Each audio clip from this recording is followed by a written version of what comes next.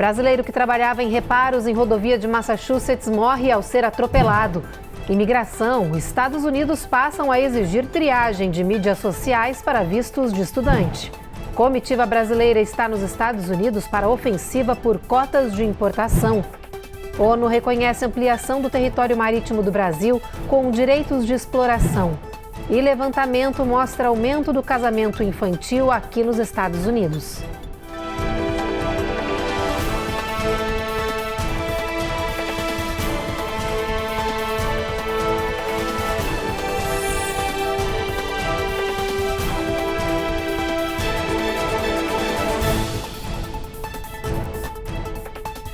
Olá! Um brasileiro morreu em um trágico acidente em Springfield, no estado de Massachusetts. Ele e outros 2 trabalhadores faziam reparos em uma rodovia, em uma área de obras devidamente isolada, quando um motorista atropelou o grupo. Igor Costa tinha 26 anos. Natural de Governador Valadares, em Minas Gerais, ele vivia no estado de Massachusetts com a família, que agora lamenta a partida do brasileiro. O atropelamento que vitimou ele e outros 2 trabalhadores tem repercutido na imprensa local. Segundo informações da polícia, o grupo fazia reparos em uma das saídas da I-91, quando um carro desgovernado atingiu todos em cheio. O motorista é este homem de 29 anos que fugiu do local do acidente, mas acabou sendo encontrado e preso horas depois. Ele segue detido e com fiança estipulada em $1 milhão. A próxima audiência do caso está marcada para daqui 2 dias. In the ensuing hours, Massachusetts State Police troopers and West Springfield Police Department canvassed the area. O procurador do caso disse que já se sabe que o motorista dirigia muito acima da velocidade permitida e que ele vai responder por diversos crimes. A família de Igor abriu uma vaquinha online para ajudar no traslado do corpo, que será levado para uma despedida no Brasil. Imigração foi o tema de marchas e protestos no Texas e na Flórida. Manifestantes criticam as prisões e as deportações de indocumentados sem histórico criminal. Cerca de 100 mil pessoas marcharam até a prefeitura de Dallas, no Texas. Com faixas e cartazes nas mãos, os manifestantes criticaram a política de imigração do governo Trump e pediram o fim das prisões desnecessárias. Muitos cantaram em homenagem aos latinos detidos.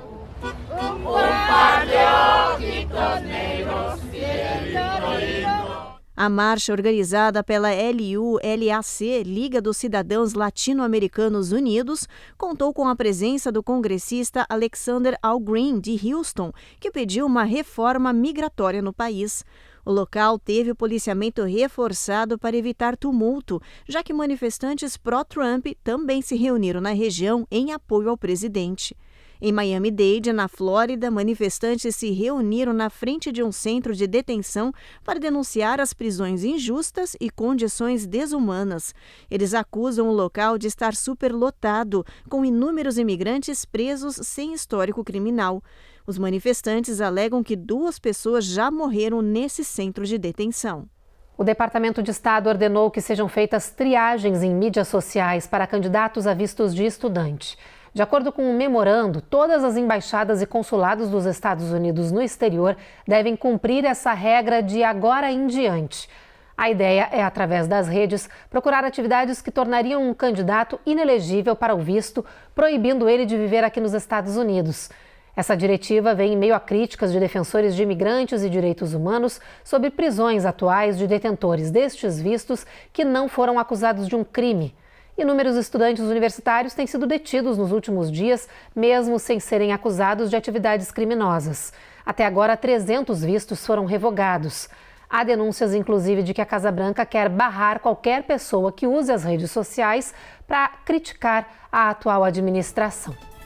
A seguir, comitiva brasileira está nos Estados Unidos para uma ofensiva por cotas de imigração. E a gente explica se é possível ou não Trump ter um 3º mandato como presidente, como disse nesse final de semana, estar nos seus planos.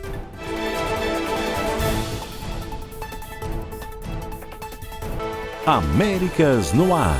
Oferecimento Uninter, a melhor faculdade para brasileiros nos Estados Unidos. Acesse uninteramericas.com e inscreva-se já. Sandwave. Envie dinheiro para o Brasil sem taxas de envio. Aproveite $15 com o código promocional RECOR15 no seu primeiro envio. Ei, deixa eu aproveitar aqui o intervalo rapidinho. Inscreve no canal, aproveita, deixa isso. E dá aquele like, por favor.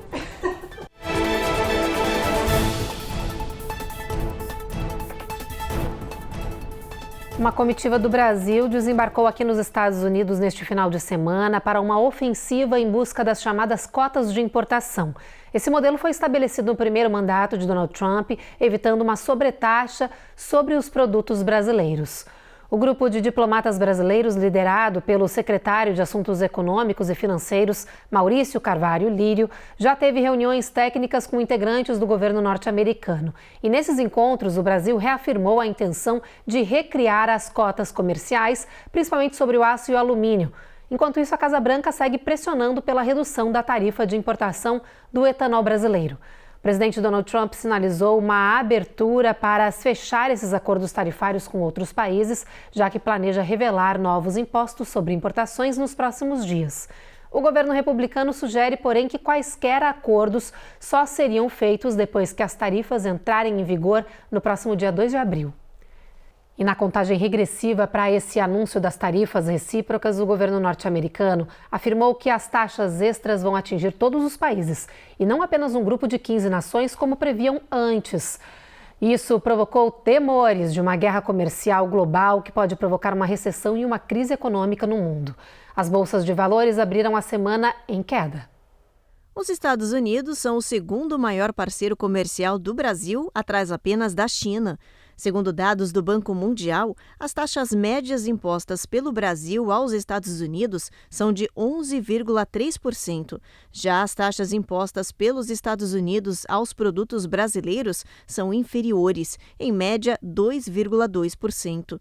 Com base nessas diferenças, é esperado que o nosso país não escape do tarifaço, com vários produtos sendo afetados, como, por exemplo, o etanol, cobre, polietileno, madeira, derivados, semicondutores, farmacêuticos, agrícolas e carros e autopeças.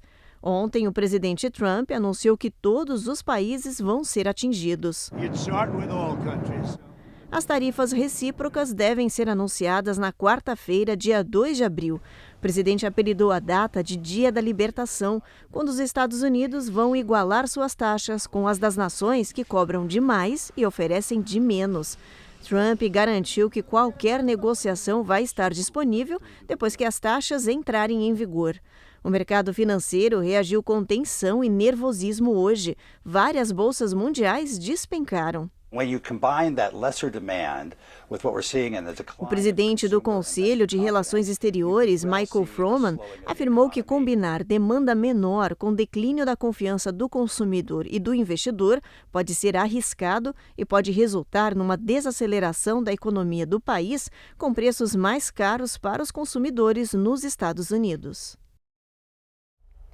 O presidente Trump, mais uma vez, lançou a ideia de buscar um terceiro mandato. E mais, o republicano reiterou que não estava brincando ao falar sobre essa possibilidade.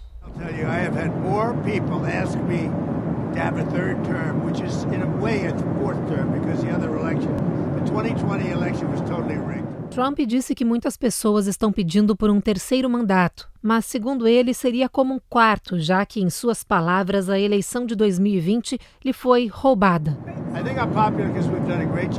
Trump disse ainda que seguir no poder é justificável porque ele faz um bom trabalho. Mas a 22ª emenda da Constituição proíbe tal ação. Está escrito lá: nenhuma pessoa será eleita para o cargo de presidente mais de 2 vezes. Mesmo assim, Donald Trump disse que há estratégias e métodos para tornar isso realidade. Uma das formas seria mudar a Constituição, e o deputado republicano do Tennessee, Andy Ogles, já apresentou uma proposta para fazer isso, alterando o texto para permitir que um presidente cumpra 3 mandatos não consecutivos. Mas revogar ou alterar a 12ª emenda exigiria 2/3 dos votos na Câmara e no Senado e ratificação de 3/4 dos estados norte-americanos. No Oriente Médio seguem as negociações por um novo acordo de cessar-fogo entre Israel e Hamas. O governo de Jerusalém apresentou uma proposta de trégua de 40 dias com uma série de condições e exigências. O governo israelense apresentou uma nova proposta de cessar-fogo. A trégua duraria 40 dias, segundo a imprensa internacional. Logo de início, 11 reféns serão libertados. Em troca, prisioneiros palestinos seriam soltos. No 5º dia, o Hamas teria que detalhar a situação de todos os outros reféns. No 10º dia, os terroristas entregariam 16 corpos de sequestrados. Autoridades israelenses acreditam que 59 sequestrados estejam em cativeiro. Apenas 24 estariam vivos. O exército enviou hoje alertas para que moradores em Rafah, no sul da faixa de Gaza, deixem a região, pois haverá novos ataques contra alvos terroristas. O aviso acontece em meio à pressão militar das forças de defesa de Israel. Por meio da campanha, o governo israelense espera que seja possível chegar à nova trégua. De Tel Aviv, Matias Brotero para o Américas no Ar. No próximo bloco, levantamento mostra aumento do casamento infantil nos Estados Unidos. E a gente mostra o que aconteceu em um jogo da NBA neste final de semana, que terminou em confusão e expulsões.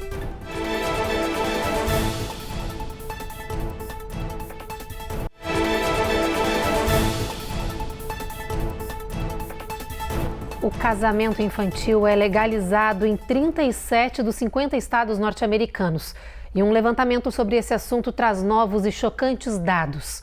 Somente entre 2000 e 2018, quase 300 mil menores de idade se casaram aqui no país. A maioria meninas com maridos já adultos.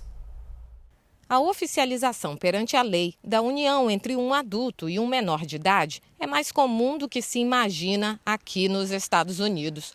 Um novo levantamento da ONG Equality Now mostra que quase 300 mil menores se casaram entre os anos 2000 e 2018. A maioria dos casamentos, 78% deles, tiveram o mesmo perfil, a união de meninas com homens adultos. A ONU considera o casamento infantil qualquer união legal ou informal entre menores de 18 anos e adultos ou com outros menores. Aqui nos Estados Unidos, esse assunto é bastante contraditório. É que o governo considera a prática uma violação dos direitos humanos e investe milhões de dólares todos os anos para combater essa união. Mas, como não existe uma lei federal que proíbe esses casamentos, eles ainda são legalizados em 37 dos 50 estados norte-americanos. Ou seja, em mais da metade do país, um jovem pode casar antes mesmo de ter direito ao voto. Para especialistas, essa facilidade da lei, que acaba permitindo o casamento de crianças, é um grande problema, porque em muitos casos os jovens acabam se tornando vítimas dos próprios companheiros, sofrendo abusos. É uma perda de identidade, é uma perda de autonomia, né? Várias questões emocionais aí, né? Muitas vezes gravidez indesejadas e muitas ainda, né? E além disso, essa questão que a gente está falando, né? De uma imaturidade que provavelmente em algum momento isso vai gerar uma separação, vai gerar conflitos ou brigas, né? Ou até mesmo violência doméstica. Foi só em 2018 que alguns estados norte-americanos passaram a aprovar suas próprias leis na intenção de proibir a prática. Hoje já são 13. São esses estados que você vê na cor cinza. Todos exigem 18 anos ou mais para se casar. Já os estados em amarelo permitem casamento para quem tem 17, em laranja 16 e vermelho 15. Os estados na cor mais escura seguem sem limitação de idade. São eles: Califórnia, Mississippi, Novo México e Oklahoma. Alguns deles têm legislação pendente para proibir completamente a união entre menores. Sempre vai trazer muita polêmica, né? Porque envolve crenças religiosas, muitas vezes aí, né, costumes, tradições também, culturais, mas a gente precisa lembrar sempre, né, que casamento é uma coisa que a gente decide, né? Casamento é algo que é uma parceria, onde nós, duas pessoas adultas, decidem ou se gostam ou decidem que aquilo é o melhor a se fazer e exige, no caso, maturidade. Segundo a ONU, hoje cerca de 1/3 das meninas no mundo se casam quando ainda são crianças. A organização é uma das que trabalha para tentar erradicar o casamento infantil, para manter a saúde dos menores e ampliar suas chances de um futuro digno. Em Miami, na Flórida, um motorista de um ônibus matou 2 passageiros após uma discussão. Esse caso chocante aconteceu no domingo pela manhã e ainda está sendo investigado pela polícia local. Os investigadores de Miami Gardens já descobriram que uma briga começou dentro do ônibus envolvendo os 2 passageiros e o motorista, e que rapidamente ele sacou uma arma e fez diversos disparos dentro do veículo, vitimando os 2 homens. Nenhuma outra pessoa ficou ferida. A polícia diz que ainda tenta entender o que motivou o motorista do ônibus a atirar contra os passageiros, mesmo sem ter autorização para porte de arma. O porta-voz do Departamento de Transporte de Miami-Dade disse que armas não são permitidas entre motoristas de ônibus do condado. O tiroteio a bordo de um Metrobus continua sob investigação. 5 jogadores e 2 treinadores de basquete foram expulsos de quadra após uma briga entre os Pistons e o Timberwolves neste final de semana. A confusão aconteceu no segundo quarto do jogo, quando o time de Minnesota vencia o de Detroit. A cena rara e vergonhosa de um jogo da NBA sendo interrompido por uma briga generalizada viralizou nas redes sociais. O conflito teria começado com uma falta técnica seguida de punição. Aí houve discussão e, segundos depois, caos em quadra. A partida quente teve um total de 12 faltas técnicas, o maior número em um jogo da NBA desde março de 2005. Agora a gente fala de saúde. Um novo estudo apontou que um tipo de adoçante artificial muito popular, usado no dia a dia, pode ser extremamente contraprodutivo. Sabe por quê? Porque ele envia um sinal para o cérebro inesperado, o de fome. O resultado é que isso acaba aumentando o apetite das pessoas, fazendo com que elas comam mais. O estudo indicou que adoçantes à base de sucralose, derivados da cana-de-açúcar, ativam regiões do cérebro ligadas ao apetite. Segundo os especialistas, a explicação é simples. A sucralose entrega ao corpo um sabor doce. Isso estimula o organismo a esperar por uma caloria que nunca chega.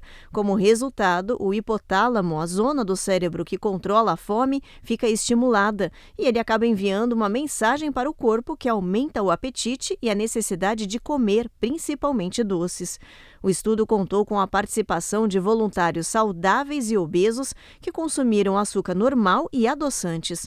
O grupo que ingeriu sucralose teve maior atividade cerebral e o apetite aumentou em quase 20%. As mulheres apresentaram mais alterações cerebrais em comparação com os homens. O estudo investigou apenas o impacto da sucralose e não analisou outros adoçantes artificiais populares. A seguir, tempestade que matou 2 pessoas no final de semana avança para a costa leste. E a gente fala do crescimento do mercado de Creator Economy, onde os brasileiros têm se destacado.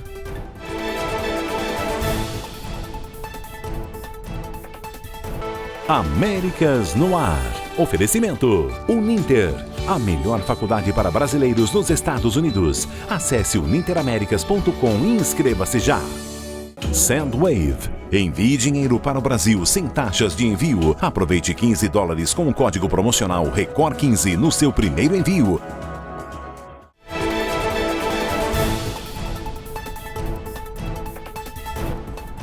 O território marítimo brasileiro foi ampliado no norte do país por determinação e reconhecimento da ONU, a Organização das Nações Unidas. Com essa decisão, o Brasil passa a ser soberano na margem equatorial e de ter direito de explorar áreas ricas em minerais e petróleo. No total, o Brasil ganhou direitos sobre cerca de 360 quilômetros quadrados de litoral. Isso equivale a uma área marítima do tamanho da Alemanha, que possui um solo e subsolo considerados muito ricos. O local fica entre a foz do rio Oiapoque, no Pará, ao litoral norte do Rio Grande do Norte e abrange diversas bacias sedimentares. Essa ampliação da plataforma continental foi um pedido feito pelo próprio Brasil há 7 anos ao órgão técnico da ONU que analisa os territórios para estabelecer os limites. O Brasil e outros países da América do Sul, Central e do Caribe vão poder conseguir ajuda financeira internacional para combater desastres naturais extremos a partir deste ano. É que o Banco Interamericano de Desenvolvimento criou um programa que vai emitir título financeiro para a resiliência e ajuda dessas nações necessitadas. O BID terá até 10 milhões de dólares em recursos até 2030. O Brasil enfrentou no ano passado 10 eventos climáticos extremos, entre eles as chuvas e inundações do Rio Grande do Sul, a seca na Amazônia e a onda de calor intenso no centro do país. Os prejuízos passaram de 8 bilhões de reais somente no agronegócio. Em toda a América do Sul, América Central e no Caribe, foram registrados 74 desastres naturais de grande porte em 2024. Eventos que resultaram em 10 bilhões de dólares em perdas econômicas e afetaram a vida de 7 milhões de pessoas. Agora, com o programa Preparados e Resilientes nas Américas, criado pelo BID, o Banco Interamericano de Desenvolvimento, a América do Sul, a América Central e o Caribe vão poder receber ajuda. O BID possui até 10 milhões de dólares para apoiar a adoção de mecanismos financeiros que ajudem na captação de recursos, como a emissão dos chamados títulos de resiliência entre os países. Também o fornecimento de insumos e serviços para áreas necessitadas e, com isso, alavancar as economias locais e reduzir custos das catástrofes naturais. Esse programa já conta com o apoio de 37 países membros do BID, também com a iniciativa privada, ONGs internacionais e não governamentais. Tem alerta de clima aqui para os Estados Unidos. 80 milhões de pessoas estão sob ameaça por causa de um novo e agressivo sistema de tempestades. Esse clima severo já está atingindo o Sudeste, provocando mortes, e segue para a costa leste dos Estados Unidos. Há alertas em vigor da Louisiana à Geórgia, com previsões de granizo, fortes chuvas, ventos e tornados. Algumas áreas, incluindo partes da Louisiana, Mississippi e Alabama, podem ter inundações relâmpago. As autoridades lembram que é preciso atenção máxima, porque essas tempestades severas causaram pelo menos 2 mortes no final de semana. Obviously, this is very strenuous time for the public and the families. O Centro Meteorológico Nacional diz que este ano tem sido particularmente violento para o clima nos Estados Unidos, com aproximadamente 300 tornados relatados desde janeiro. Isso é quase o dobro em comparação com o mesmo período do ano passado. Hora da previsão do tempo, vamos dar uma checada nas temperaturas previstas aqui no nosso telão. Olha, em Boston e Nova York e também em Washington, tempo encoberto com possibilidade de pancada de chuva. Trovoadas seguem toda essa costa, provavelmente por causa da tempestade se aproximando, Atlanta mínima de 46. Na Flórida não tem chuva, mas o sol vai ficar tímido entre nuvens. Tempestade continua em New Orleans, já um tempo melhor em Houston, Brownsville e San Antônio, tudo ali no Texas. Máxima de 85 nessa região de San Antônio. Em El Paso, bastante sol na previsão, máxima chegando a 82. Em Albuquerque, mínima de 47 e mínima de 74. Em Phoenix, a máxima aumenta para 83 Fahrenheit. Em Los Angeles, previsão de bastante chuva, mínima de 50 e situação bastante semelhante ali para o norte da Califórnia, em São Francisco, onde a máxima não passa de 60. Você já ouviu falar do Creator Economy? É o nome dado aos influenciadores que fazem sucesso na internet e que têm o poder de conectar consumidores, marcas e transformar negócios. Eles conseguem movimentar fortunas e são apontados como os grandes empreendedores do futuro. Esses criadores de conteúdo têm uma estimativa de gerar negócios na casa de 100 bilhões de dólares. Eles só precisam de um celular, um cenário e do talento para persuadir o público. Os criadores de conteúdo nas redes sociais estão reinventando os modelos de negócios e se associando cada vez mais a grandes marcas. Luiz Menezes é um exemplo disso. Começou como influencer e hoje possui uma empresa de consultoria que ajuda negócios a entender esse novo jeito de fazer propaganda através da Creator Economy. A Creator Economy é o mercado da criação de conteúdo, ou seja, tudo que envolve de fato essa atmosfera de monetização via conteúdo, de visibilidade a partir da internet. Os benefícios que a gente mais vê são de fato essas possibilidades da gente conseguir chegar em novas pessoas e alcançar o consumidor de uma forma que hoje a voz ela está presente na internet para todos. Os influencers possuem uma identificação e um vínculo muito forte com seus seguidores. E foi por isso que as empresas passaram a apostar nessa tendência de relação. A fórmula deu certo e a Creator Economy virou uma forma de negócio rentável. Hoje, várias marcas famosas usam essa abordagem de cocriação, influenciadores participando desde a concepção até o final das campanhas publicitárias. No ano passado, cerca de 86% das empresas norte-americanas usaram criadores de conteúdo para fazer marketing. A tendência é que esse sistema de parceria cresça 40% até 2028. De fato, agora a gente está vivendo a era do reconhecimento da influência como profissão. Então, hoje os creators se consideram empreendedores a partir do momento que também necessitam diversificar a receita e ir atrás de outras fontes de renda, como, por exemplo, a criação de infoprodutos, a venda de consultorias, palestras e assim por diante. A Creator Economy é um tema constante nos eventos de inovação nos Estados Unidos, como o South by Southwest. Especialistas acreditam que 2025 é o ano da profissionalização desse segmento, apesar da falta de regulamentação para a classe. Vale pensar que a Creator Economy hoje no mundo está avaliada em mais de $500 bilhão, então é muito dinheiro sendo movimentado, e não só entre marcas e influenciadores, mas também o quanto os consumidores estão cada vez mais fomentando também o negócio de influenciadores. Tem bastante caldo ainda para a gente conseguir discutir, mas é um mercado extremamente promissor. E essa edição do Jornal Américas no Ar termina agora. A gente agradece a sua audiência e te espera de novo na próxima edição. Até lá!